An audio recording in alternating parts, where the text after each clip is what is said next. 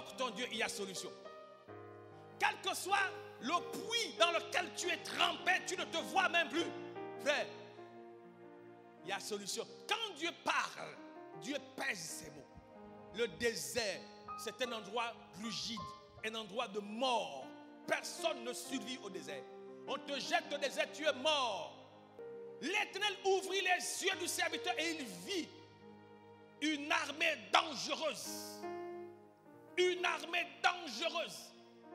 Même quand tu passes dans la vallée de l'homme de la mort, il y a une armée qui te protège. La Bible déclare que l'ange de l'Éternel campe autour de ceux qui craignent ton nom. C'est pourquoi tu n'as pas à avoir peur du noir, de l'obscurité ou de quoi que ce soit, parce que tu es environné d'une si grande armée, d'une si puissante armée, d'une forte armée. Tu es environné des chars de feu. Ah, quelqu'un dit Amen.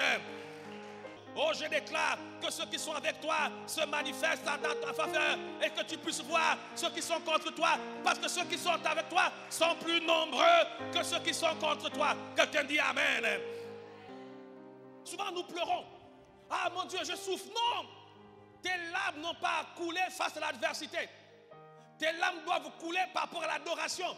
Mais quand tu passes par des combats de destinée, tu dois invoquer ton Dieu et tu dis Seigneur, ouvre mes yeux afin que je puisse voir, parce que l'ouverture des yeux conduit à la foi. Ce que tu as vu, personne ne peut te l'enlever des yeux.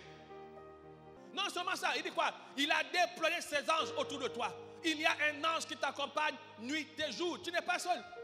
Et quand la guerre se manifeste contre toi, il dit ils te feront la guerre, mais ne te vaincront pas. Et quand on parle de guerre, on parle des chars, on parle des soldats, on parle d'artillerie. Ça veut dire que quand les gens se dressent contre toi, ceux qui viennent pour toi sont en général plus nombreux que ceux qui sont contre toi. Reçois la grâce de croire, reçois la grâce de voir, reçois la grâce de comprendre. Oh, reçois la foi au nom de Jésus. Si tu es dans des problèmes, c'est qu'il y a la solution. Il n'y a pas un problème que Dieu te laissera vivre qui n'ait eu au préalable une solution.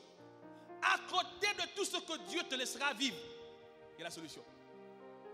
Et dans l'adversité, dis Seigneur, ouvre mes yeux. Fais-moi voir ce que je ne vois pas. Comment s'en sortir? Fais-moi voir ce que je ne vois pas. Si tu n'invoques pas, il dit invoque-moi et je te répondrai. Je fais quoi? Je t'annonce quoi? Les choses cachées. Personne ne vient à l'église pour les beaux yeux de Jésus. Personne ne vient à l'église pour les beaux yeux de Jésus. Si Jésus n'était pas la solution, il ne va y avoir personne à l'église. Laissons-nous conduire par Dieu. Laissons-nous conduire par Dieu.